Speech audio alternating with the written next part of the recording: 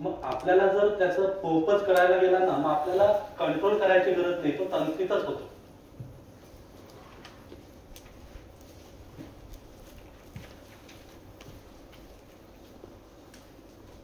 जसं शब्दांचं मला माहिती आहे सार्थकतेकडेच आहे.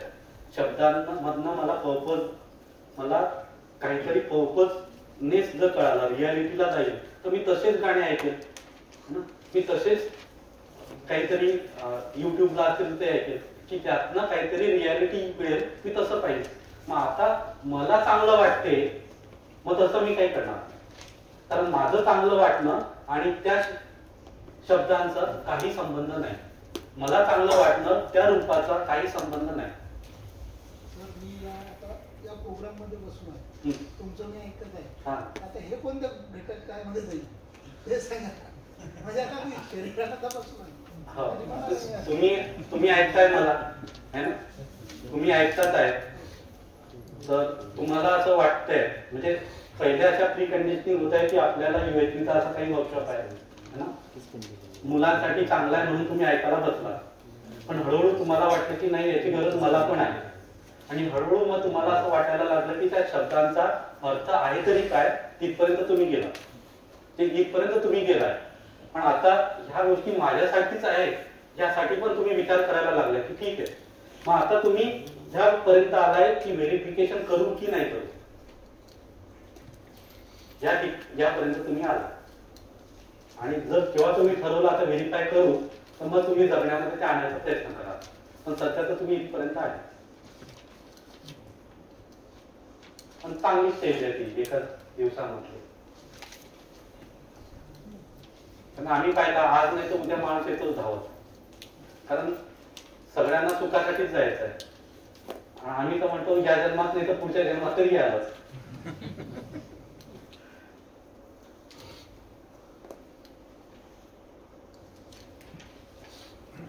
आणि दुसरा एक पार्ट आहे की हीच व्यवस्था आहे, म्हणजे जसं नॅचरल ऍक्सेप्टन्स मध्ये असलो तर ती एक व्यवस्था आहे, याच्यात नसेल तर मग अव्यवस्था आहे. मग आता आपल्याला दिसते मी याच्यात नाही तर ही अव्यवस्था, अव्यवस्थेमध्ये प्रत्येकाची वेगवेगळी आणि त्याच्यामुळे प्रत्येकाचं कंडक्ट वेगवेगळं. मग आता कळते की प्रत्येकाचं कंडक्ट वेगवेगळं का, कारण इथे माणसांचे वेगवेगळे आहेत, संवेदना वेगळ्या आहेत, प्री कंडिशनिंग वेगळे आहे, त्यामुळे इथे वेगळं आहे. पण नॅचरल ऍक्सेप्टन्स प्रत्येकाचं एक आहे, आणि हे प्रत्येकाचं एक आहे तर कंडक्ट डेफिनेट आहे, मग प्रत्येकाचं कंडक्ट सेम आहे. मग ह्या लेवलला आपण आलो तर डेफिनेट कंडक्ट, ह्या लेवलला आहे तर कंडक्ट वेगवेगळं, आणि सध्या आपण इथे आहे म्हणून इथे आलो तर हे आहे स्ट्रक्चर, हे आहे स्वतंत्रता, ही आहे व्यवस्था. मग व्यवस्थामध्ये असेल तर व्यवस्थामध्ये भागीदारी आहेच, इथे असेल तरी भागीदारी आहे, इथे असेल तरी भागीदारी आहे, इथे असेल तरी भागीदारी आहेच. मग इथे असेल तर स्वयं में सुख पाकर सुखी करणार, मग सुखी होके सुखी करणार. मग सुखासाठी आपण हात नाही पसरत, आता आपण सुखी होके सुखी करते, कारण इथे नॅचरली ऍक्सेप्टेड आहे, म्हणजे already I am in happiness. आता मी सुखामध्ये आहे आणि आता जे माझं करणं आहे ते सुखाचं साठीच आहे. मग सुखी होके करणार, ना की आता सुखी होने के लिए करणार. आता सध्या सगळं सुखासाठी करतोय, पण सुखी होके करणार, this is what the reality, this is the reality. आणि ती सिस्टीम आहे, दॅट इज द व्यवस्था, आणि दॅट इज द हार्मनी. कारण we are always in harmony, that harmony में रहते हुए हम करते हैं, तो सुखी होके हम करते हैं, ना कि हार्मनी के लिए हम करते. तर हा दबाव, तर हार्मनी आहेच, आणि त्या हार्मनी मध्ये करायचं म्हणजे सुखी होके करते. मग सुखी होके म्हणजे जिसके पास जो वो बाटेगा. मग सुखी होके करते म्हणजे माझ्याकडे सुख आहे तर मी सुखामध्येच लढणार. आता ज्याच्याकडे जे आहे ते वाटणार, मग ज्या फ्री कंडिशनिंग आहे त्याच वाटणार, जे काही आहे तेच वाटणार, आणि तेच होते. तर हा पाठ झाला स्वयंचा आणि शरीरांचा. मग जसं हे मला कळालं, जसं हे मला कळालं तसंच मग ह्या इन्फॉर्मेशन मी बॉडीकडे देतो. मग धंदा ह्या इन्फॉर्मेशन मी बॉडीकडे देतो, तर ह्या इन्फॉर्मेशन देत असताना I also recognize the body is also self-organized structure and then I take the responsibility. I take the responsibility of this body for this nurturing, nourishment and the protection. बॉडीच्या पोषण संरक्षण संवर्धनाची मी रिस्पॉन्सिबिलिटी घेतो, because now I know that this is also a structure, I am associated along with this body. मग त्यानुसार मी शरीराला instruction देणार पोषण संरक्षण संवर्धनच्या. कारण आता मला कळालं की I am organise structure as well as the body is organise structure. Body along with me for the expression. Expression साठी माझ्याकडे बॉडी आहे. Without body I cannot express. भाव आहे पण भाव एक्सप्रेस कसं होणार? तर मग मला कळालं, कारण हे सगळे एक्सप्रेसच होते, प्री कंडिशनिंग होतात, संवेदना होतात, हे पण होणार. जर मी तर if I am in tune along with this natural acceptance, if I am tuned along with the reality, I also recognize there is the reality of the body. The body is also an organized structure, and once I know that organized structures, then I will have the routine for this body. So I will have the routine for the nurturing, I have the routine for the nourishment, the protection. त्याच्यासाठी माझ्याकडे routines आहे. मग अन्न कोणतं खायचं त्याच्यासाठी routine.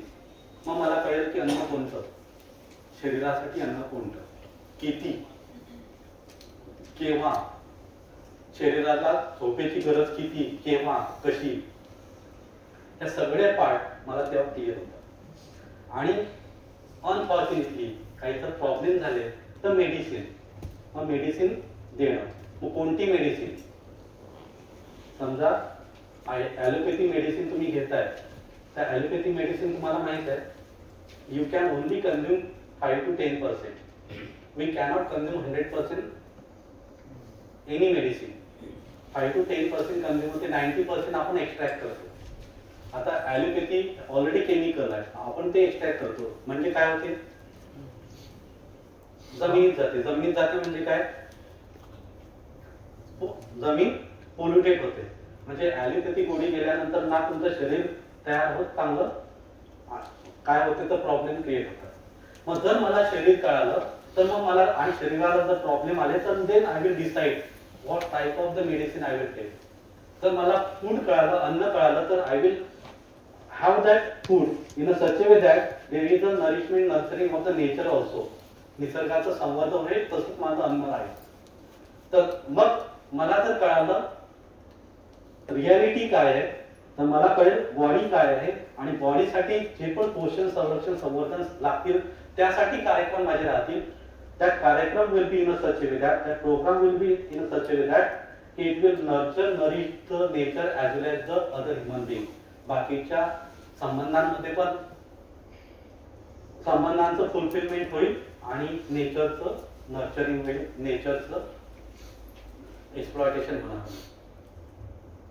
त्याला म्हणतात समज, त्याला म्हणतात जग, त्याला म्हणतात प्रमाण. अदरवाईज फक्त शब्द. ही गोष्ट मुलांना सांगण्याची गरज आहे की नाही? काय वाटते?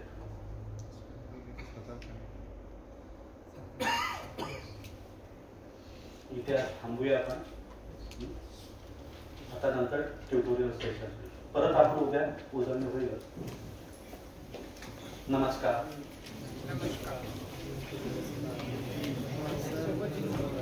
हॅलो, काही सूचना आहेत की हे ट्यूटोरियल इस ट्यूटोरियल सेशन के बाद एक व्हाट्सएप ग्रुप में असाइनमेंट की लिंक आएगी. वो आपको कल सेशन शुरू होने से पहले आपको वो असाइनमेंट सबमिट करनी है. कल भी एक असाइनमेंट आएगी जो कि आपको परसों सेशन होने के पहले सबमिट करनी है. और 4 सेशन की अटेंडेंस हमने मार्क की है. चौथी सेशन की अटेंडेंस जो है वो 4 ग्रुप में हम डिवाइड होने वाले हैं.